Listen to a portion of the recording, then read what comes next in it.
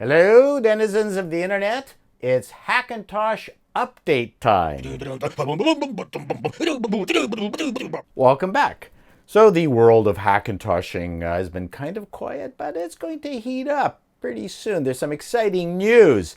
Well, with the introduction of the 9900K version of the iMac, we now have access to two new SimBIOSes, 19.1 and 19.2, which should be available to Hackintoshers once macOS 10.14.5 arrives, which has got a lot of benefits to us. Stay tuned. Even using SimBIOS 18.1, people are having great success with Z390 motherboards and Intel i9 9900K builds. These offer some serious speed improvements and will take your Hackintosh into the low end of iMac Pro performance at a pretty serious discount. I saw a recent build that had a single-core Geekbench score of 6,640 and multi-core score of 36,460, which beats both the 9900K iMac and the 10-core iMac Pro. As reference, my lowly overclocked 7700K Hackintosh has a multi-core score of 21,093. Time to upgrade the system. Not because I need to. It edits 4K video just fine. It is really all about performance anxiety. Knowing that my 7700K can't work harder, longer, bigger is something no man should have to deal with. Apple seems to be working on an API that will provide more options for drivers that were previously closed to developers, such as creating drivers for a GPU that fits in a PCIe card slot called NVIDIA.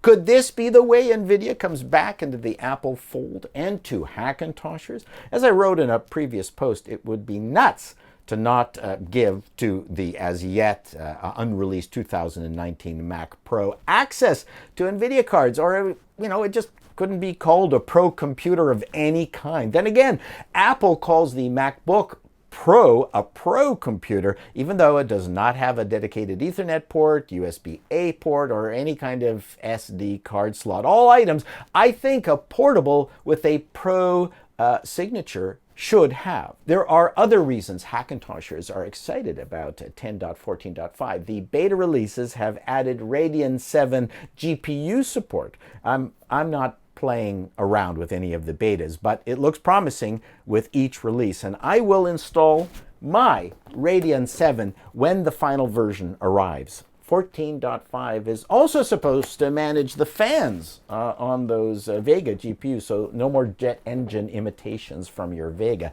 All in all, 14.5 seems to be a watershed release to be excited about. So why am I not jumping into the beta pool? Am I not a noteworthy YouTube Hackintoshers? Well, sort of, kind of. The reason I wait for others to sort all this stuff out is that I'm in a Hackintosh category I'd like to call actually making a living on my Hackintosh. Sure, there's a kind of Jolly Roger aspect to Hackintoshing, but many of us use it as our daily driver, and stability is really the most important thing. However, it is really instructive to read the forums. A lot of information is brought out, useful information, as people are hacking away at it and trying to make the betas work prior to the final release of the OS. It will give you a head start as to challenges you might face. Plus, I enjoy geeking out, reading posts by people far more accomplished and smarter than moi.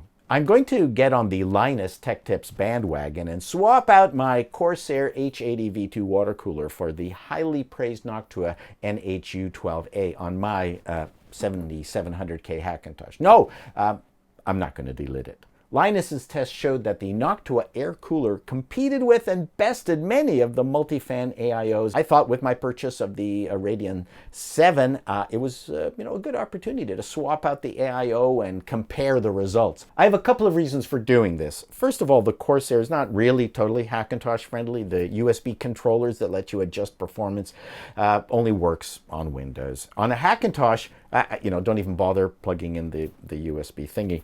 We set the pump on a spare fan header and the two fans on a CPU fan and opt fan, and then we set the curves in BIOS, though I did further tinkering using fans Mac control, love that, and it worked fine, but I could not get the CPU past a 4.8 overclock, and I think there's a 5 in there to be gotten. I'm hoping the Noctua will get me there, and a bit more quietly. I'll do some before and after tests and put out a video on it. Now, regarding those tests, or any tests for that matter, I'm not Jay's 2 cents or Hardware Unboxed. My tests are not authoritative. I would say that they are more like what a regular punter would do. No voltage fiddling, just using the stock BIOS overclock settings, and then I see what happens. It's the kind of off-the-shelf tinkering most people would do, if at all. And while many of us like watching super overclocking tech videos, few of us are inclined to do so. We watch it for the overclocking porn. So, if you're an expert and I've done something shockingly wrong, then I want you to think about your comment response. If it is of the, oh, there is an automatic setting you've missed in the BIOS that would work even better, then all good. I'm good with that. We welcome your comment, but if your comment is, you should have set the dihermal heaver to 8 and the lark vomit to Z, well then fuck off. Don't bother. I will just delete your comment. Snazzy Labs had a nice Hackintosh video on what you could build for $350 from scrounging used parts, but the thing is, Snazzy is in the US of A, and I'm up here in Canada, where prices are higher and our high-quality aluminum manufacturing is somehow threatening your president. I dropped Snazzy a comment saying that I don't think I could build the same thing here in Canada at that price. One, we don't have the same size used marketplace, and two, things are just more expensive here. Snazzy wrote back and said he would like to see what I'd come up with. So I have two choices. Find out how much more the Snazzy build would be to build here in Canada, or really try to stick to the $350 budget and see what piece of crap I end up with. So I'm going to take Snazzy up on his challenge.